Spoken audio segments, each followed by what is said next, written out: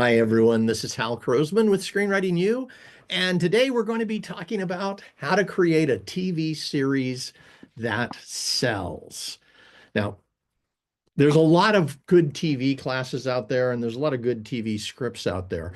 But I'm going to tell you what this industry is looking for is something that will captivate the viewers, that will have them want to watch as many episodes as possible and have them consume those episodes very, very fast. So, what we're talking about today will give you the model for making that happen. So, here, let's just jump into it. Today, first, we're going to talk about the three components that sell your show. Uh, a lot of times people spend hundreds, maybe even thousands of hours working on a TV script. But when it comes to the parts that will actually sell it, they haven't spent time thinking about that. So this will put you ahead of everybody just because you know that. Then we'll talk about why most TV Bibles don't sell. Uh, and that'll give you some new insights. How to create a better pitch, because getting your script read, getting your pilot read, getting your TV Bible read is all about the pitch. Uh, and then what's important to the streamers? Because keep this in mind, no matter who you're talking to in this industry, if you're trying to sell a show or get a show on the air, right now it's all about the streamers and what they need. Every studio has their own streamer now. The market has changed in the last 4 or 5 years. So understanding what's important to them will make a difference for you. And then finally, we'll talk about the upcoming class, creating your binge-worthy TV series, which actually starts tomorrow. So if what you want to do is to just first become great at TV writing, and second, create something that has a chance of selling, that process can begin for you tomorrow. So let's do this. The three components that sell your show. And what I'm going to say is incredibly simple, but I just brought a whole group of writers to talk with managers, and we went through this, and about a third of them, even though I talked with them in advance to set them up successfully, about a third of them were missing some of these components. So here we go. First one is you need a great pitch. Uh, Unless you're somebody that the industry already knows and you've already had huge success, saying, but I love my script, or saying, wow, but everybody tells me this script is really good or this pilot's really good. Unless you're somebody they know, that carries nothing. That carries no weight whatsoever. So the pitch is what gets them to look at your script. Uh, it instantly, by the way, has us see the TV series that will cause audiences to obsess over it for 5 seasons. If you can do this very, very quickly, you're in business, and people in this town are going to go out of their way to work with you. If you can't do this, then very likely it's going to be really hard to get somebody to look at your stuff. And that's not like a warning or anything like that. It's just like if you're pitching your project and you can't get them to even request the pilot or the TV Bible, chances are there may be absolutely nothing wrong with your pilot or TV Bible. It just may be the pitch. So we're going to talk about how to create one of those today. Then you need a binge-worthy pilot. And I know these words have been around for a long time, but looking at the contest, I'm not seeing very many of these. And it's what I'm seeing is a lot of good writing. That's what I'm seeing. I'm just not seeing this. And this is what the streamers are looking for, right? A binge-worthy pilot demands our attention from the beginning, from the teaser. You don't want to start with a slow teaser. You want to start with something that hooks us immediately, draws us in, and has anyone who even reads the first 5 pages say, oh my God, I got to work with this writer. By the end of the pilot, audiences know they're going to watch the entire series. Now, think about this for a moment. How many times in the last 3 or 4 years have you watched a pilot and you got to the end of it and you either had one of two experiences? On one hand, you either went, nah, that's not it. On the other, you looked at it and went, oh my God, this is amazing. I've got to watch the next one. And maybe you didn't even consciously make that choice. You just clicked the button because you had to see it, right? If that's happening, and especially if the next episode does the same thing and the next one does the same thing, we're talking binge worthy there. Now, let me say one more thing about this. Again, like Cheryl and I will watch. Sometimes people will tell us, "Oh, I like this show and I like that show," and so we'll make a list of 4 or 5, and then we'll sit down and start watching something. Uh, you would not believe how many times we'll get to the end of a pilot, and I'll look at her and she'll go, "I don't think so," and I'm like, "No, there's nothing there that draws me in. I'm not interested," and we go on. And then somewhere along the way, we hit one of those ones that just rocks our boat and sends us into, oh my God, we got to watch every single episode. That's what we're talking about here. And then you need a marketable TV Bible. So this isn't small. What this means is that it delivers the show in a way that has producers saying yes, yes, yes. Everything they look at engages them and gets that yes response. Every part fulfills a need. Every line creates more interest. Now, let me just tell you a quick story. I was pitching we had a TV series that we had gotten the rights to a book. It was a comedy, and I was pitching it. I was at Comedy Central. The person who had brought us in was a lower level person there. And so he brought in his VP. His vice president sat across the table from me, and he said, tell me what your project's about. And I told him, genre, title, high concept, and gave him a fairly good pitch in about 45 seconds. And he goes, all right, kind of interesting. He says, but I don't see a TV Bible. And I said, here it is. And I slid it over to him. And so here's what he did. He did something I hadn't seen before that. He just opened it up.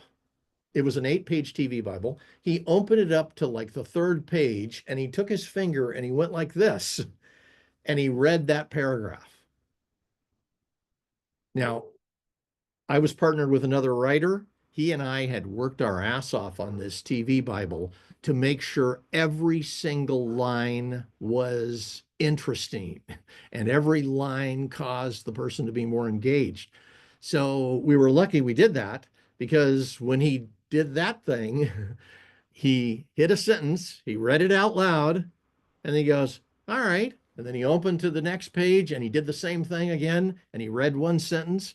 And by the time he'd done that 3 times, he went, wow, this is pretty good. He asked me 2 questions and said, all right, I'd like to read the pilot. We'll move forward with this. Now, that was because we made sure that the TV Bible did that. Most of the TV Bibles that you see, if you're looking online, most of the ones that you see are pre-streamer. A lot of them were written after the production company had already optioned the script and they were just writing something to hand to their funding source. And that was back in the days when funding sources had no idea, what needed to be in a project and what didn't. They're way more sophisticated nowadays. All 3 of these have to be very, very strong. Once you've created a pilot, you want to make sure that the pitch is just as strong as the best parts of that pilot. and that the Bible is truly incredible. Now, let's go to the next. Why most TV Bibles don't sell. And this is, this is the sad news, but hopefully it can help you and move you forward. Excuse me. First thing is they're written as exposition. They're trying to tell as much information as they can. And that's what they're given, is information and backstory. Even when a lot of them, when they write about the characters, they're trying to tell us who they are. They're trying to tell us all their backstory, and they forgot to make sure that they intrigued us. So the TV Bible wasn't designed to sell the project. It was designed to tell about the project. That's not what you want. So here are a couple of solutions for you. First thing, realize that your TV Bible is a marketing document. It is not something that they're going to use in the writer's room. It's not something that needs to deliver as much information as possible. Its whole purpose is to sell this show. That's its purpose. Its purpose is to get you into this industry. Its purpose is to create the kind of success that you've always wanted. Second, you want to ask yourself this question: what makes this show incredibly interesting? And that's what you write from constantly. Before you go to do an edit, like if you've got a TV Bible right now, before you go to do an edit, ask this question, write down a list of the 10 things that make it incredibly interesting, and then make sure that that TV Bible delivers only on those. That will make a much, much, much bigger difference than just trying to give a whole bunch of information. Third, what makes these characters intriguing and emotionally engaging? And you need both, right? Again, the ones that I look in where they tell us the background of the character and they tell us their role in the story, which I think is important. I think most of the background that they give is not going to make the difference that you want. Whatever you're telling them, whatever you're presenting, if it's intriguing in the first place, you're going to have people wanting to read more. And if it's emotionally engaging, they're going to think, okay, this will keep an audience deeply engaged. And in fact, both of these will keep an audience engaged. The emotional part will keep them like feeling for the characters, worrying about them and all of that. The intriguing part will keep them looking into the future and wondering what's going to happen next. You need both of those. Then, like I told you, every line needs to be interesting.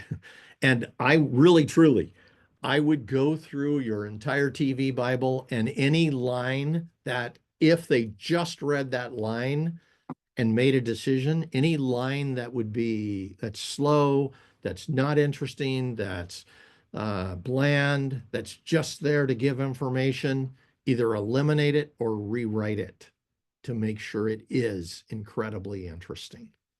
And this is I'm not critiquing anybody's work here. I'm not saying anything bad about you or anybody who's watching this, because I haven't seen your TV Bibles. This is just what we learned early on. It was like if they just start reading the first page, and let's just say all they read is the first 5 sentences on the first page of your TV Bible, they should already be so hooked that they stop whatever they're doing to read the rest of it. And then every line after that pays off in a powerful way that is incredibly interesting. And then make sure that the decisions that you are presenting to them fit what producers and funding sources need. So this is another thing that's really important. A producer is looking at it and saying, can I sell this? That's their purpose. They're not looking at it and asking, wow, what's the story about? I'd love to hear more about the characters. They're not doing that. And even if they say they're doing that, that's like a secondary thing. For a producer, the whole purpose of a producer from start to finish is business. That's what they do. They're there to go on a business journey. And you are kind enough to invite them on a business journey. Now, if you think of it that way, right, your job starts when you come up with this brilliant idea and you go, oh my God, this is amazing. I want to write it. Then you spend a lot of time writing it. That's your journey, is discovering those characters and looking at what's going to happen in the future and where's this story going to go and how do I set it up and how do I make it, something that's really, really well written. That's your journey. The producer's journey starts when they find a project they know can sell. Now, please get that. There are going to be some small producers out there who will say yes to projects that they know are going to be a hard time selling just because they loved the characters. That's true. But the higher you get in this industry, the more producers become the primary criteria is, can I sell this? Then there's the funding sources. And their primary criteria is, are we going to get our money back? Right? Is this going to go to a streamer that is going to put some funding behind it? Is it going to end up being something that goes through 2, 3, 4, 5 seasons? Because most of the money actually starts coming back to them in the second season. Usually the first season, it's just about getting it on the air and giving it a shot. So that's what they're looking for. So again, when you look at your TV Bible and you go to that last page that lists your 5 seasons, those need to be something that when they look at it, they go, oh my God, an audience will go out of their way to watch every one of these seasons. So now, how to create a better pitch. Because if you have everything I just said, now it's all about the pitch, right? And for anybody who thinks it's not, I just went through that with a couple of writers that I'd introduced to managers who just came saying, well, if they just read my pilot, and it's like, I got it. That's what we want. That's where we're trying to get. We're trying to get to them reading your pilot and your TV Bible. And they just kept saying, well, no, they just need to read my pilot. And I was like, okay, tell me the pitch again. And then they would tell me something that will never get a producer to read the pilot. It was something that they were deeply connected to certain emotional parts of their story, and that's what they were coming from. I understand that. I have written these and then had to go through the situation in my own mind and in my emotions of how do I go from this, 55-page pilot that I just spent the last 3 months writing and rewriting and working with, and the Bible and everything I created. How do I go from all that information to being able to get it down to something concise that makes it really easy for somebody else to make a yes decision? And that's what you want. What you want is you don't want to go in the room and have to remember all the things about your story and have to figure out how do I tell it in a way that they're going to love it and all that kind of thing. What you need is just a really strong pitch. So it starts, right? A great pitch is easy to say. And let me pause right there. When people want to tell this big, long story, one of the big problems is, as the writer, that's hard to say. That it really is. We had 2 people who were just committed to it. They were going to tell, they had 5 minutes with the manager. They were going to tell 4 minutes worth of stuff right in a row. I watched them get stuck a couple of times, get confused in the middle of it, say the punchline before they said the setup. A bunch of things happened because they had to memorize 4 minutes worth of stuff. And that's hard. So make it easy to say. That's the first thing. Then it needs to be incredibly interesting. It needs to be presented in an order that makes it easy for the decision maker. I learned this at one of the big pitch fests that we sponsored 5 or 6, 7 years ago. It was the Inktip Pitch Fest. There were 300 producers there and 300 writers. And our writers would stand in line and then they would go inside, sit across from 3 producers that were all part of the same genre, and they would do their pitch. So I was the biggest sponsor there, so they let me go in the back and listen to some of the pitches. And one of my writers didn't do so well. So I stepped up and I said, "Hi, I'm Hal Croasman. I'm with Screenwriting U. The writers you just talked to, those 3 were all mine. I'm just wondering, is there anything that you would have rather heard?" And what I'm about to give you is what they said they needed. So that's where this came from. By the way, I'll tell you what I did with that situation. We had 30 writers there. I took them to lunch. I told them what the producers had said, and they rewrote their pitches during lunch, went back in. By the end of the day, we got over 300 script requests using basically what you're about to see. So the first thing is clear genre. 1 hour drama, 1 hour crime drama, half-hour comedy, whatever it's going to be. But don't say 1 hour crime drama mystery with romance in it, right? Just go right to the biggest genre, because that's how they list things. That's how they sell things. And that's how the streamers present them also. If you go look, they'll have it's listed in genres. These are action stories. These are, TV crime dramas, whatever it is. So you want to first be saying that. And this is what those producers said. They said, if they don't know what the format and genre is, they spend most of the pitch trying to figure it out. And you don't want them to be trying to figure out what the genre is. You want that to be really, really clear for them. Second thing, you need an interesting title that points to the concept. Let me tell you what not to do. I just went and saw a movie the other day. I won't say which one it is, but I watched that entire movie, and it wasn't until about 2/3 the way through that I heard the title said one time. It was a reference to something that was only pointed to one time in the entire movie.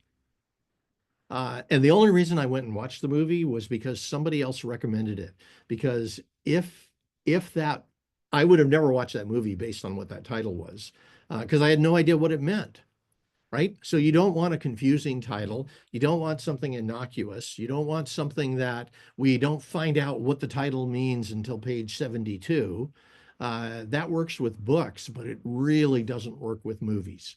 What you need is, and TV shows, what you need is an interesting title that automatically points to the concept and points to what the story is about. So it makes sense, like the title Succession, for instance. If you saw that show, it's pretty obvious what that's about. The title points to exactly what the show is about, which is this whole family who is worried whether or not they're going to be the one to succeed their father, to be the one to take over the entire news agency that he or news broadcasting system that he owns. So the title, it's an interesting title, and it points to exactly what the story is about. Okay. Third, then you need a high concept. A way to describe this story that can be said in 1 or 2 sentences. And the moment you say it, it hooks them, right? The big thing about a high concept is that. Usually what it points to is what's the unique mystery, intrigue, or the impossible goal. Now, could be something else that's big, but it needs to be something that the whole story is about. And done in a way that whenever you present it, people go, "Oh my God, I've got to watch that." Right? It also could point to what's the difficult situation that these characters are going to endure that is not predictable. Uh, Actually, Succession did that. And there's a lot of other shows that do a really good job on this. Start looking at, what are the shows that the genre, they have an interesting title, and you can pitch it in one or two sentences because that's going to point to probably at least how they got their pilot read, how they got their TV Bible looked at, and how they got it considered. Also, what these three do, first, it makes it easier for the producer. You just say genre, title, high concept, and they know the three most important things they need to be able to listen to everything else you say, right? First, they know the genre and they know if they can sell into that particular area. Second, like if you said it's film noir kind of thing, it's like, okay, that's really, really difficult to sell. There are some genres that aren't very popular, and you want to watch out for those. Second, they know that the title is something that will intrigue an audience, that will engage them, and again, points to the concept. And then third, they know that you've got a concept that is easy to pitch. And let me just say this so it's really clear. Remember, you're going to pitch it first. You pitch to the producer. The producer then pitches to other producers. They pitch to funding sources. They pitch to studios. They pitch to streamers. They pitch to directors, right? And they're going to do this with every one of them. They're going to say genre, title, high concept. So if you can say this clearly to them right off the bat, they go, okay, I know I can sell it. So this is why, and here, let me just tell you a horror story on this. But this is so important. When Cheryl and I were producing, I had a guy in LA call me up and say, he's putting on a pitch fest, and he wanted me and a whole bunch of other producers to come there. So Cheryl and I went there. We sat down across the table. There were 40 writers in a row that pitched us. Now, this is like 10 years ago, but I want you to just get this. 40 writers pitched us. The first one sat down and told us this long run-on story that by the end, my head was spinning. I couldn't figure out what his story was about. So when the second one sat down, I said, listen, who we sell to are major production companies. We're a small producer. We sell to major production companies. Here's what I need to know. I need to know genre, title, high concept, right? And I thought that was easy. Out of 40, only 2 gave me genre, title, high concept. I requested both of them. Didn't request any of the others because I couldn't figure out how I was ever going to present them. So then I went, after we were done, I went around and I talked to all the other producers. It turned out almost everybody that was there were about 8 other producers, almost all of them had requested the same 2 projects, and a couple of them had requested some of the others. But for the most part, most of them had only requested 2 projects, and it was the 2 that did this. So please be considering that, because it will make a huge difference for you, and dramatically increase your chance of selling, or at least getting your stuff read. A couple of other things. You need characters that exist as part of the main conflict. And this probably you're already doing. You're probably already looking at whatever your lead characters are, and you're saying, how are they part of this? But sometimes I see TV pilots where at the end of the pilot, I can't tell why that character was brought in. And the easy thing is just find some way to connect them to the main conflict. They also need to be multi-layered, right? So it provides surprising reveals. And they're emotional, they're driven, and they're having to do something to survive. Now, by the way, If you're in a like a thriller, then this is, or an action story or anything like that, this is life and death kind of thing. If you're in a different kind of genre, like if you're in a crime drama, somebody is trying to survive, the person who is trying to keep from getting caught. Somebody already probably didn't make it, and whoever your detectives are or whatever, they're having to survive their job. They're having to survive dealing with a boss. They're having to somehow deal with the public or whatever it is, and they're going through their own versions of survival in those situations. So just be thinking about that. Let's talk about the streamers now.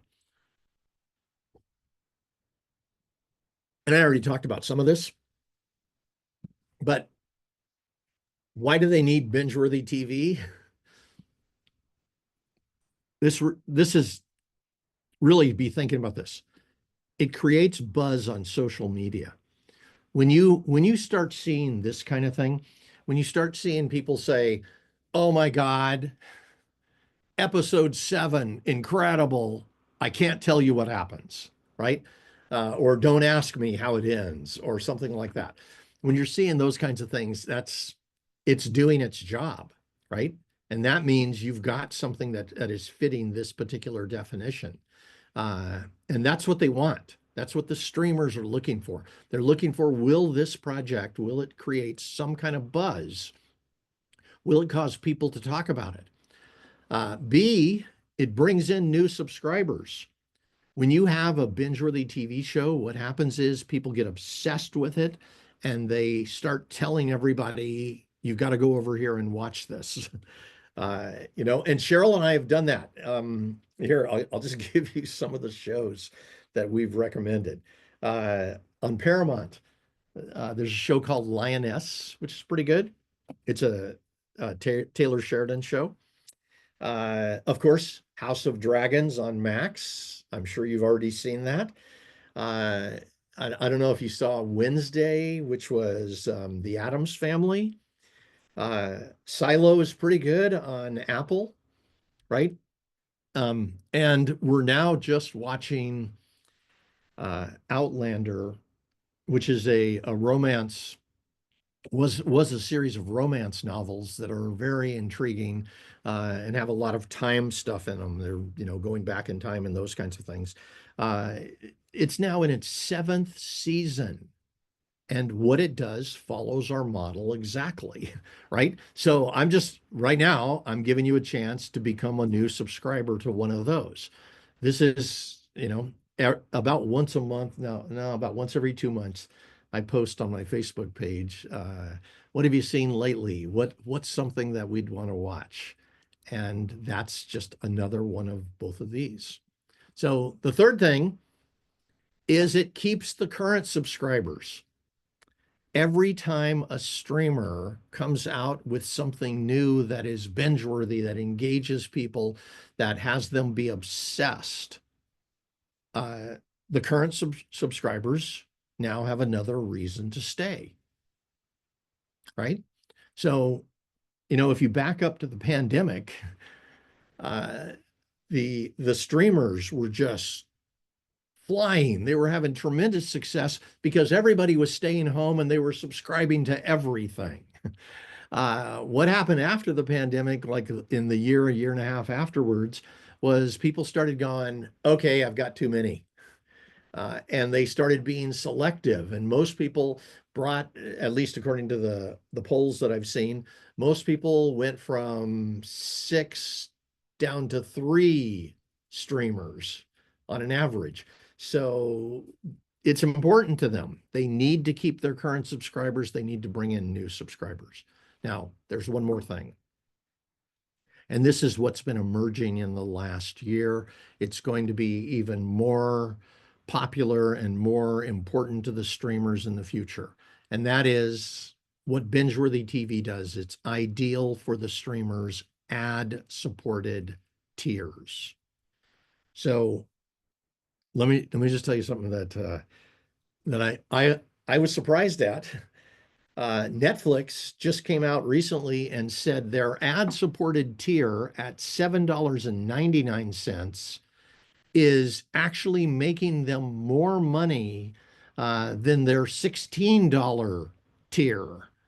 And it's like, wow, half the price. It's costing consumers half the price, but because it has the ads, it's actually making more money. So this has become something that is really important to them. Again, they need content that will keep people engaged. And what they said about this was, what Netflix said was that if people continued to watch shows throughout the entire season, throughout the entire 5 seasons, all of those kinds of things, their ad dollars increased because they had uh, subscribers who were emotionally connected to and loved those shows and stayed with them, which means they continued to watch the same set of ads over and over and over, which kept their customers, or excuse me, their businesses saying yes, their corporations saying yes to those ads. So all of this is why binge-worthy becomes really, really important to them. Let me give you another reason: understanding the streamers. And this is what it is. So I talked about this earlier, but let's just get really clear. It's a show that you absolutely must see every episode.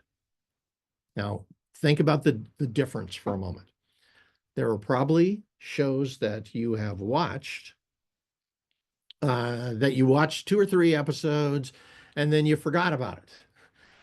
We just had a conversation downstairs just before I came up here. And I'm talking with Cheryl about some shows, and I made a list of the different binge-worthy ones. But in the midst of it, we were like, what was that other show? There was a show we only saw 3 episodes of. What was that one? And we're trying to figure it out. I still don't know what it is. Maybe she knows by the time we get down there. But this is something that's like, you know, pretty important to the streamers. If it's a must see, then you watch everything. If it's not, you forget about it and go on to another streamer. So it makes a big, big difference for their bottom line. The other part is that by the end of the pilot, you feel this obsessive need to watch the entire season. Now, think about this for a moment. Again, back to when we're making our selections. Uh, we've probably watched 30 different pilots in the last maybe 3 months that we just said no to. At the end of it, it was like, I don't know, I just, and it didn't do what a binge-worthy show does. It was a slow opening. I've had people tell me before, well, you need to watch 3 episodes and then you'll get hooked. And it's like, okay, but I don't think that fits what this world is about anymore. If somebody has to tell me I have to watch 3 episodes, that means I have to take 3 hours to decide rather than 1 hour. And it also means at the end of 2 of them, I'm just like, I'm not sure. That's not a good experience for the streamer. They want shows that create an obsessive need. Let me tell you the opposite of that. We've had a lot of these shows, especially back when I created this model, there were only about 10 or 15 shows on the air that did this exact model. Now the streamers are using it like crazy, and producers are using it like crazy.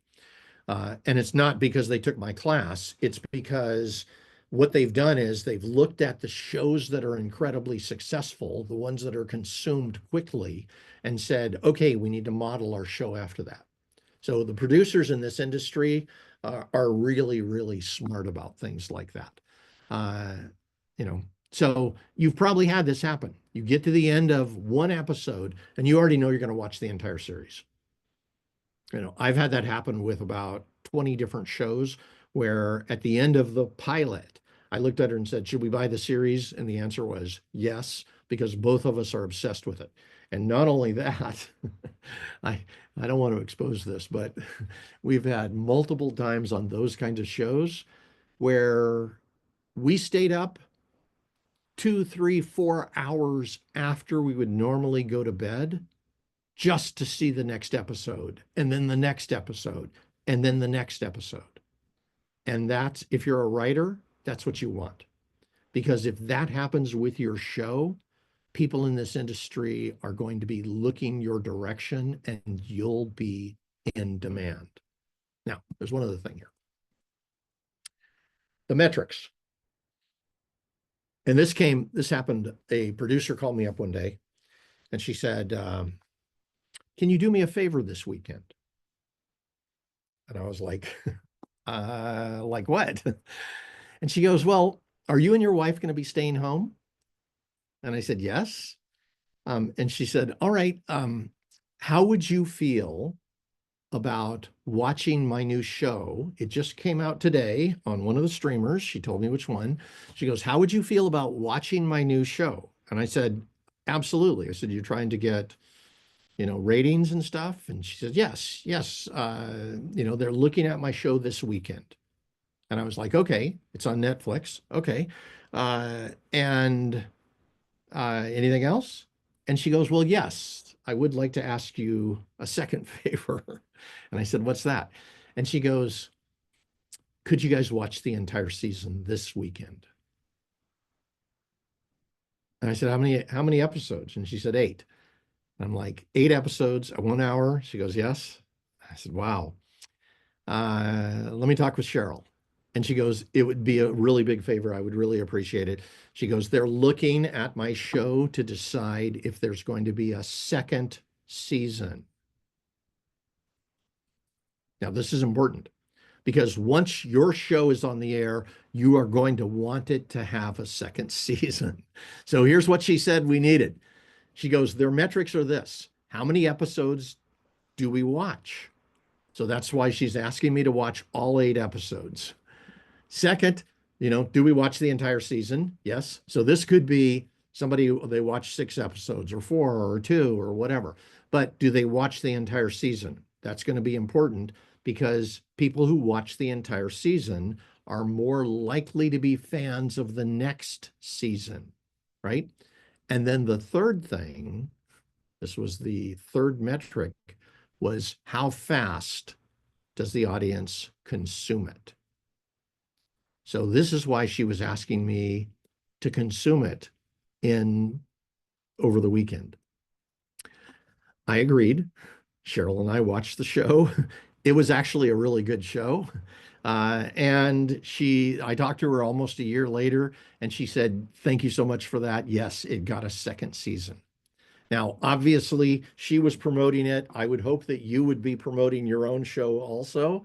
But the other part was it was well written, and it was written in a way that was really, truly engaging. So it was pretty easy for us to stay on. That particular show, though, I'll tell you, if she hadn't asked us to watch the entire thing over the weekend, I probably would have watched maybe 2 or 3 episodes. It didn't fully do what this model is about.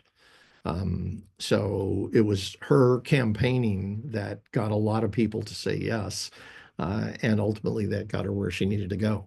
So let me do a quick demonstration for you. I want to show you something that will help you move forward in your TV writing experience. And what I'm going to show you, this is not about how to write a show, but it is more about how to brainstorm one. So just a moment here.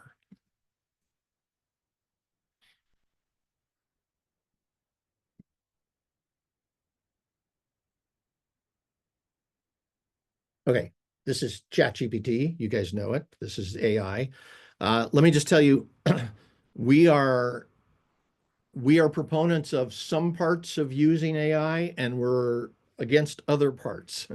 But we actually come down along the WGA lines. WGA, in their deal with the studios, it actually says a writer can use AI to brainstorm projects, but producers and studios can't. So it was interesting to me that they actually, even though they were kind of anti-AI, they actually made a distinction and said writers can use it. I think the reason they did that was because they knew this was going to make a difference. They knew it was going to help, and they also knew that over time, things are going in this direction anyway. Now, having said that, let me just give you the one caution. Don't ask AI to write your project. Use it to brainstorm. So let me just show you a version of that. And I'll tell you the reason why I say that. Don't ask AI to write your project is there's two reasons. One is because it's going to be a problem when you come into the industry. AI is pretty good at brainstorming things and thinking outside the box, but it's not a good writer. It's like, it's something fairly average and it has a lot of tendencies that clearly show it was generated by a computer. However, from a brainstorm perspective, I want you to look at what this can do. I put in the format and genre, which was 1 hour sci-fi thriller. I gave it this concept that popped into my head about 3 months ago that I haven't done anything with. A moon landing goes bad. When the ground gives way, having the ship and the astronauts fall into what looks like an abandoned alien base under the surface. So they land on the moon and the surface collapses and they fall into an alien base that is hidden underneath. So I ask it to generate 3 ideas. There's 3 concepts. You'll notice each of them has pretty much the basic log line in that situation, but I had it give us a surface story, a surprising twist. So it's going to take it someplace I hadn't thought of, a unique conflict, a deeper layer, which provides more intrigue and mystery and all those kinds of things, and an intriguing world. So notice this in, what did it take, about 30 seconds? It gave us 3 different possible versions of this story with all 5 of those in each of those 3 versions, right? So let's say we're going to go with this one, and I'll show you what happens next. Just a second.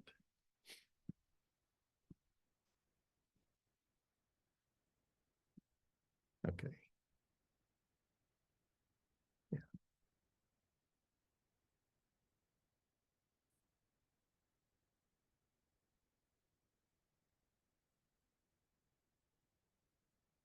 So now I'm going to, with this project, and this is the one I've chosen here. So it has a surface story. Yeah, they uncover a hidden civilization. Well, here, I'll just show you what happens with it. Now we take it to the next level, and I'm asking it to give us the rules of the intriguing world, because those rules are going to play out over the course of this season, right? This is another place where you can make your story intriguing and interesting. And then I'm asking it to give us some main characters. So here's my captain. So this would be the protagonist in the story. I ask it to give us roles in the story, their unique purpose and expertise, traits, what makes them empathetic, what are their secrets, what's the wound, what's the motivation, what's the internal dilemma. And if I was doing this for real right this moment, first thing I would do is I'd take all of this, copy it over, put it in in another document, an email or a Word document, and then I would go through every one of these and look to see, do I like this? Do I like what they did? Like here, for instance, her traits, she's determined, resourceful, empathetic. Okay, those make a good captain. And she's self-doubting. Now, is that strong enough? Right? This is a negative trait in that situation. Or do I want her to be slightly corrupt? Do we want her to be somebody who has a major wound down here that is keeping her from being able to make decisions, not just self-doubting, right? If she had some kind of major decision block or something like that, right? So you're going to play with this stuff and look for, what do you like? Like, if I like that, great, I keep it. And if I'm not liking this, then that's a trigger for me to brainstorm and for me to create on my own. The job is for you to make this your own. Now, let me just take it a step further, and I just want to show you something else, just for fun.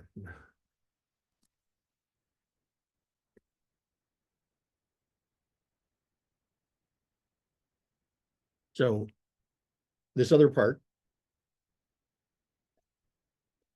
and by the way, all of these, when you join us, the moment you join us, you'll get an email that walks you through how to do every one of these and gives you these prompts. But down here, let's go next to, I wanted it to create a 5-act structure. So here's my structure. Notice we got the teaser, got what the opening scene is, dramatic hook at the end, then act 1 ending with a turning point, act 2 ending with a midpoint turning point, act 3 again a turning point, act 4 ends with a turning point, but all the information in between is some of the drama that you can build in. And finally on act 5 it ends with a cliffhanger. So again, this is not like if I was writing this story, and this has been my experience so far, probably 30% of this might survive, but it's the 30% that is the best part. The other 70 I'm going to create on my own. There have been times where it's been like, okay, only 2 or 3 things survived, but it was enough to trigger and get me to create, right? I think the biggest problem that most people have when they're writing is that beginning, when they're staring at a blank page, when they can't quite figure out how it's going to go or what it's going to be. And so what this does is using this kind of process gives you a whole bunch of different ways to be able to create a story, and you get to play with them and build in what you like, keep what you like about what they did, create whatever else is there, and you're not starting from zero. You're starting from something that really can work for you. So let me just show you the rest of this so you know. So what you just saw were the 3 things that you'll get as soon as you sign up and join us. What's missing from most projects for most writers is a thing I call the 50 most important decisions. This is something that I learned. I was talking with a showrunner.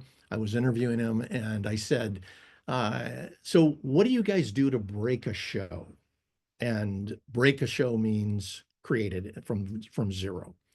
And he says, you know what I do? Usually, he says, I have an idea. I've kind of figured out some of it, but I get my team together and we sit around in a room for a couple of days. And I said, okay, what are you doing? Drinking coffee and stuff. And he goes, we're talking. He says, we sit around and we talk a lot. And I'm like, what are you talking about? This is in front of a live audience, by the way. I said, what are you talking about? Are you talking about the weather or? He goes, well, some, but he says, mostly what we're talking about is the most important decisions of this show. And that was the start of this. I stood back and went, what are those most important decisions? When they're creating, what are they creating that's different than what most people are creating, right? Second thing is what's missing from many projects is real serious intrigue, anticipation, and obsession. And that's what you want to build in. You want, even if you're writing a drama, you want it to have all of these. It may be different than, say, if you're writing a 1-hour thriller or something like that, but you're still going to build in all 3 of these. If you can get them emotionally obsessed about your show, they're going to, and I'm talking audiences, are going to go out of their way to watch it. Producers, when they read it, they will recognize what you've done and they'll go out of their way to produce it. You need to be writing your pilot on 5 levels instead of 2 levels. I've run a different contest over the last 15 years, but we ran a couple of TV show contests, and almost everybody was writing on 2 levels. They had a surface level, and then they had 1 level beneath that surface. The pros are writing on 5 levels, and this is what you need. This is what we work on. So if you're missing these other 3 levels, you're in trouble. And it'll, I mean, even if you make the deal, you won't be on the writing team. So this is pretty important. And then, of course, you need to build a TV Bible that fits what the funding sources need. And for this, I called up a friend of mine, a producer who has, I think she's probably done about 7 or 8 different TV series. And I asked her what the funding sources need. And she and I have known each other for quite some time. I interviewed her 15 years ago, and we've been friends ever since. But I asked her what the funding sources need. And so she put me in touch with her funding source. And I was specifically asking about the TV Bible, so that her funding source walked me through exactly what she needed. Now, why does this matter to you? Let me tell you. This is because this is really important. I have had multiple producers tell me this. They'll get a TV Bible, they'll look at it, and they'll go, well, if I'm going to submit it to my funding source, I have to have somebody in the office rewrite it. And that means they have to do an extra step, means they have to pay man hours, they have to go through all of this stuff. And, you know, in general, if they don't know you, they won't take that step. We had a writer who wrote her TV pitch Bible, she got it to a producer. The producer read the first page and stopped reading. And when she called back to follow up, he said, you know, he says, I read your first page. It just wasn't for me. So she joined us. She went through the class. She rewrote that TV Bible completely. She went back to the same producer and she said, I have completely rewritten it based on what I believe your funding source needs. Would you be willing to even read the first 3 paragraphs? And he said, all right, but if after that I say no, don't call me again. She said, okay. She sent it over to him right then with the agreement that they would talk later that day. He called her back 30 minutes later and went, my God, this is incredible. He goes, you've really improved as a writer. This is incredible. And he ended up optioning that project and they moved forward on it. So it makes a big, big difference when you know what you're doing. Most writers are missing all 4 of these. They're all keys to being able to sell your pilot or your TV series. So stay with me for a minute. Let me just walk you through this class and I'll give you a special at the end. This class starts tomorrow. So if you really want to make something happen, this is that time. So it is 63 lessons, 25 videos, and 30 AI prompts. As soon as you sign up, you will get the first of those AI prompts. You'll get the ones that you just saw me demonstrate so that you can go through and take whatever project you're thinking about and brainstorm it. If at the end of that, you look at it and you go, I don't know if I want to write that, do it again, right? It only takes 5 minutes. We had somebody, the last class that we did, who brainstormed 10 of them in the 2 days before the class started and picked the one that he liked the best and went with it. Now, here's what this program is about. It takes you through everything you need to be able to create binge-worthy TV and to be able to create it at a level that will give you a real chance of success. We have had people with these projects win every major contest out there. We've had people win Page, Nickel, Final Draft, Big Break Contest, and Austin, first place, because they had written a project through this particular model. So each of the modules, there are 5 modules. Each of them have 12 to 15 lessons. The first one is the 50 most important decisions of your show. This is what we were talking about just a moment ago, so you know what I'm talking about on that. These are the most important decisions. You're going to be looking at who your lead characters are and how you make them really castable. What's the pitch of the show from the beginning? And how do you make sure that if you just say 2 or 3 sentences, they're going to say yes, right? How do you present the world in a way that causes people to be completely sucked in and want to watch every single episode? Once you've done that, then we go right to the TV pitch Bible.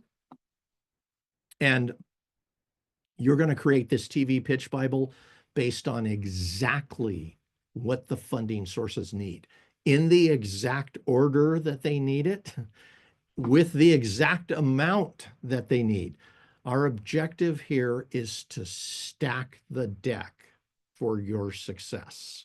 So by the time you up here, you created your concept and all, all the big picture ideas and decisions. Here, you're going to build them into the pitch Bible because that's what's going to sell your project. Then you'll write a brilliantly complex pilot outline. And if you're somebody who doesn't like to outline, there's 2 things you should know. First one is when you get into this industry, if you're working on a TV series, you will be in the writer's room, and in that case, they outline 3-1. And let me say it this way so it's clear.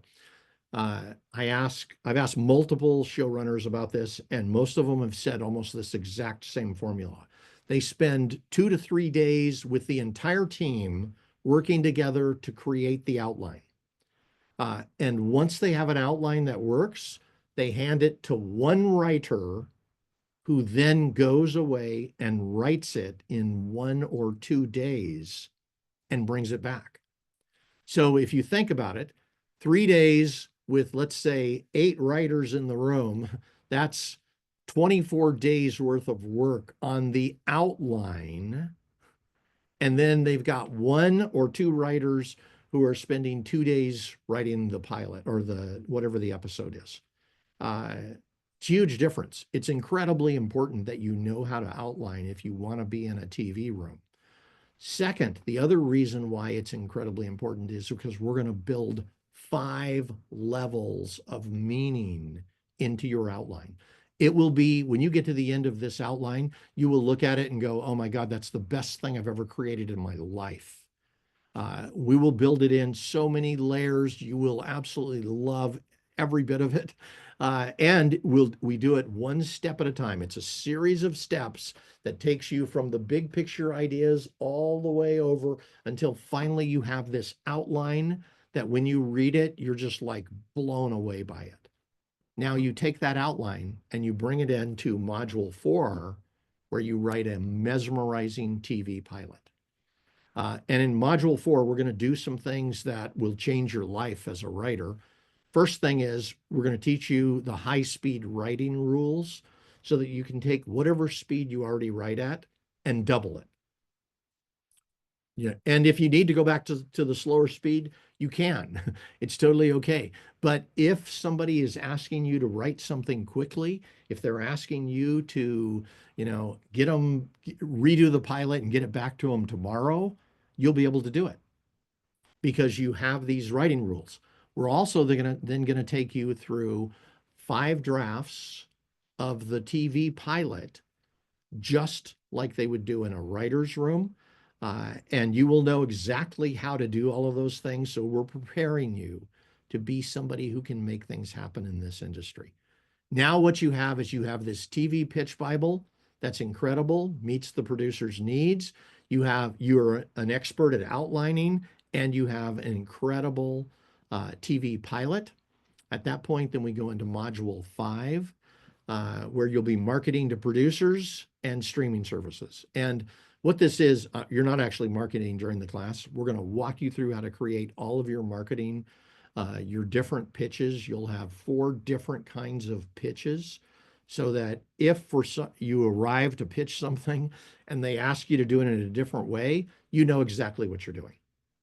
If they tell you, like this happened to me at one point, the biggest deal we ever made, they told me I had 10 minutes with the president of the company. And when we arrived, The lady says, I'm sorry, we've got meetings going on. I can fit you in for 3 minutes. And I was like, absolutely. Yeah.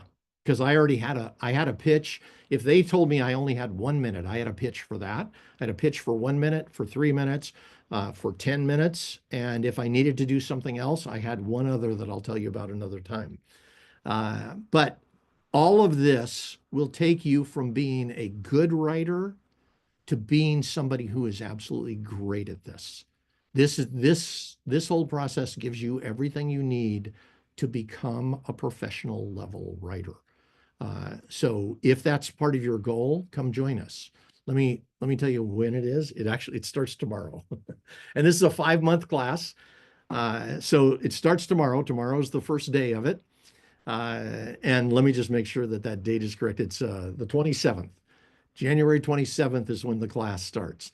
The normal price on it is $12.99, and absolutely worth it if you're really serious about this. Let me give you a special. And this is the special. This special, yeah, I just wanted to make this really easy for people. I think right now is the time to get into this industry and to make things happen. There about 30% of the writers have left the industry because of all the strikes and everything else. So there's openings. There are places and slots that you could step into if you have the right project. So here's the special. Normal price is $12.99. Right now you can get in for $6.49, which gives it to you at half price. That is for the first 10 people. After that, it'll bump up, and I think Cheryl said it will bump up $200. And it's because we're right at the first day. So this is what I can do for you right now. For the first 10, you can get in at $6.49. If you need a payment plan, you can do that at $120 a month for 6 months. That's a little bit more, but it gives you the chance to spread it out over time. So if you want the $6.49, just write this link down, bit.ly, bit.ly /BWTV order. There's only one dash in there, no capitals, no spaces. Again, just write it down, bit.ly, bit.ly /BWTV order. Put that in your browser where you normally put a web address, click return, sign up. You will, within 15 minutes, you will get the first email, the pre-class email that will give you the prompts that I just showed you and just demonstrated. So make sure that you get that and you go through and use those prompts. Do it on ChatGPT. That's the one I like the best, but you could use it on others if you'd like. If you need the payment plan, then you just use this link, bit.ly, bit.ly /BWTV payment plan. And on this, again, it's bit.ly, bit.ly /BWTV payment plan. No spaces there, no capitals, only one dash. So again, this is a program that I promise you will change your life as a writer. You will learn things every single lesson. We have 63 different lessons here. We had pros who were involved when we designed this program, and they learned things in the midst of it. We have 25 videos, and there are 30 AI prompts that are spread out across this. And the AI prompts will help you brainstorm things that most people get stuck on. You will be able to solve those problems in minutes, and then you go through and work with them to bring your own creativity to that table. We use AI essentially just to think outside the box. How do I see something or think something different than I already would think that fits what I want to do with this project? So again, the dates, it starts tomorrow on the January 27th. Normal price is $12.99. Right now, with this link, you can get in for $6.49. And that goes up, I think, in the next 24 hours, the price on that. So $6.49 is half price. With this link, you can get in for the payment plan, which is $120 a month for 6 months. So come join us, have fun, write the best script you've ever written, and become the kind of writer that when people look at your writing, they're going to say, oh my God, this person's incredible. And they'll want to work with you. So if that's what you want to do, this is the place to do it. So thank you for hanging out with me today. I hope you got a lot out of what we said. And by the way, when you take this program, it will change your life as a writer. So just jump in. This is Hal Krosman with Screenwriting U, wishing you the absolute best. Bye-bye, everyone.